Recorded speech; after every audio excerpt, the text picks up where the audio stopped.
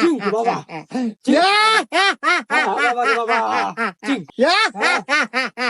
ওই সে বাবা, আর পাট নিয়েন না, রুগী মেলাক্ষণ ধরে এসে বসে রয়েছে, তাড়াতাড়ি নামেন। বাবা শুনে নেবেন না।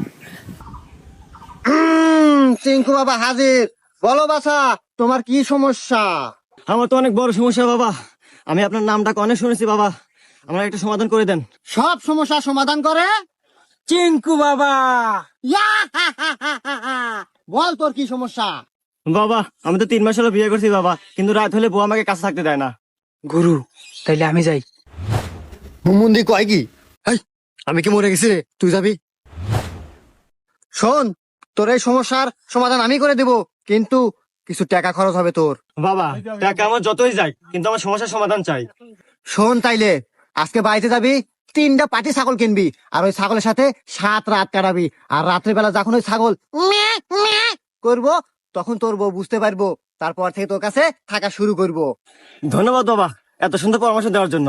জয় হোক চিঙ্কু বাবার, জয় হোক। যাই আমি ছাগল কিনেছি গে। এ গুরু, এ কেবা বুদ্ধি দিয়ে দিলেন? আরে হুমুন্দি, এই জন্যই তো তুই আর শিশু আর আমি গুরু। শোন, ওয়াক যে বুদ্ধি দিছি, 7 দিন থাকবো ছাগলের কাছে। এই 7 দিনের ভিতর 5 দিন যাবো আমি, আর 2 দিন যাবো তুই। সমস্যার সমাধান। গুরু, আপনি তো মহান, দেন আপনার কপালটা একটা চুমা দিই। করলো কি রে? জয় চিঙ্কু বাবার জয়। বাবা বাবা বাবা, আমি তো বিশাল বড় পাপ করে ফেলেছি বাবা, এই পাপ থেকে বাঁচার উপায় কি বাবা? শান্ত হ বাছা। উপায়? এই চিঙ্কু বাবার কাছে সব উপায় আছে। তুই কি পাপ করেছিস বাছা, বল আমায়।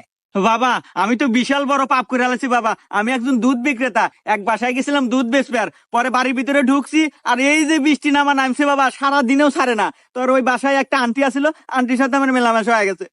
শোন বাছা, এই বয়সে এগুলো হয়েই থাকে। এগুলো আমাদের কত হয়েছে। যাই হোক, এ পাপেরও সমাধান আছে। শোন, তোকে একটা আমি মন্ত্র পড়ে দেবো, এই মন্ত্রটা তুই 500 বার পাঠ করবি, সব সমাধান।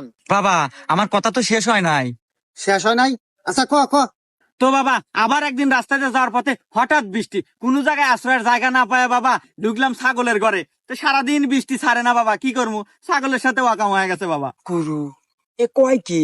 এ কি আগের জন্মে আপনি শের কেতা ছিল নাকি? কি কস দেহি তো, হুমন্দি তো দেখা যায় পুরো আমার মতনই।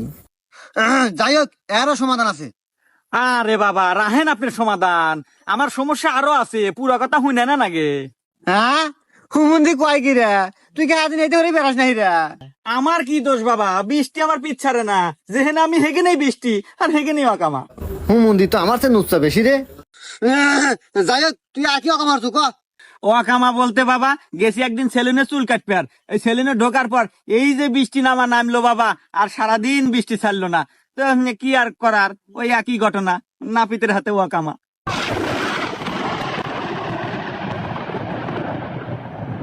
গুরু, আকাশে মেঘ ডাকা শুরু, মনে হইতেছে আর কেরামতি হবে শুরু। যদি বাঁচাই বেরসান পাসা, তাড়াতাড়ি দেন দৌড় দিয়া কাঁচা। কি বাবা সমাধান নাই? রাত তো সমাধান, নিজে বাসে পাবেন না।